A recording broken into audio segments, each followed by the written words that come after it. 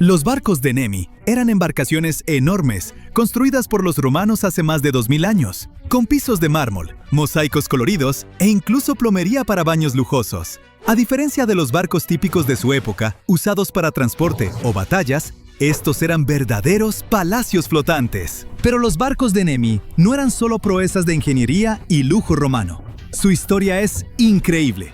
Perdidos, encontrados y perdidos de nuevo. Estas naves se convirtieron en el centro de una saga misteriosa que ha desconcertado a los historiadores durante siglos. Lo primero extraño sobre ellos tiene que ver con dónde los encontraron. Estos enormes barcos de madera yacían en el fondo del lago Nemi, un lago volcánico de aguas tranquilas ubicado a unos 30 kilómetros al sur de Roma. Durante siglos, los pescadores locales sabían de los naufragios y se dice que se aprovechaban de eso. Usaban ganchos para sacar piezas y artefactos de los barcos de Nemi y los vendían en los mercados. Eso continuó hasta 1446, cuando algunos nobles decidieron que ya era suficiente y comenzaron a investigar las leyendas sobre los barcos de Nemi. Se dieron cuenta de que no era solo un cuento. Ambas naves estaban a unos 18 metros de profundidad en el lago, y desde ahí, el misterio solo creció. Si lo piensas, 18 metros no es tan profundo, y el lago Nemi es bastante pequeño. Solo 1,5 kilómetros de ancho y unos 30 metros de profundidad. Entonces, ¿por qué construir barcos tan enormes en un lago tan pequeño?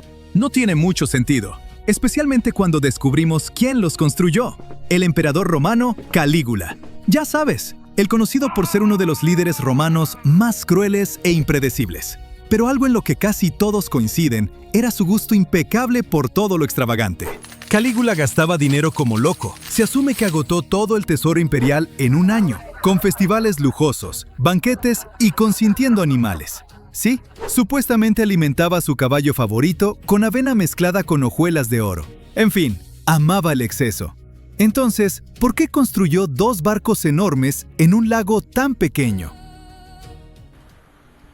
Los expertos creen que Calígula pudo haberlos construido ahí por la conexión del lago con Diana, la diosa de la caza, la luna y la naturaleza, a quien se veneraba en un santuario en la orilla norte del lago. Por cierto, Nemi es un nombre moderno que vemos en los mapas actuales. Los romanos llamaban al lago Speculum Dianae, que significa espejo de Diana. Así que es posible que Calígula lo viera como el lugar perfecto para esconderse y anclar sus barcazas de placer. Quería palacios flotantes extravagantes, y eso fue exactamente lo que obtuvo. La Prima Naya, que significa primer barco, era una embarcación enorme de unos 70 metros de largo. Es casi tan grande como el avión de pasajeros más grande de hoy, el Airbus A380. El casco estaba dividido en 3 secciones, con la parte trasera más ancha y la delantera más angosta. Tenía 2 grandes estructuras en cada extremo, conectadas por escaleras y pasillos, dándole al barco un aspecto peculiar, único en la antigüedad.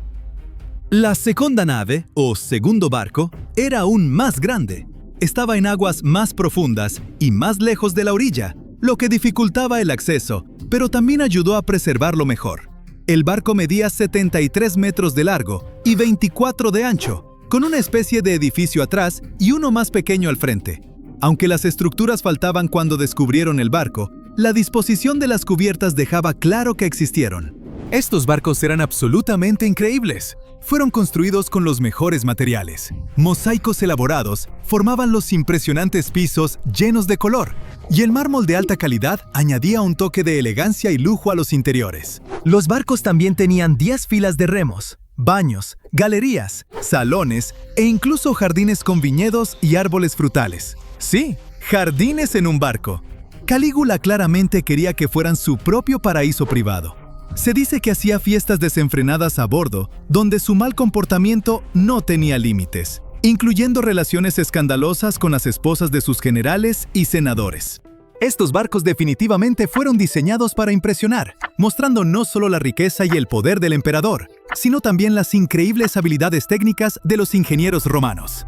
La evidencia sugiere que las naves tenían tecnologías que creíamos no se habían desarrollado hasta después. Tenían sistemas de plomería avanzados, y algunas fuentes sugieren que incluso tenían agua corriente.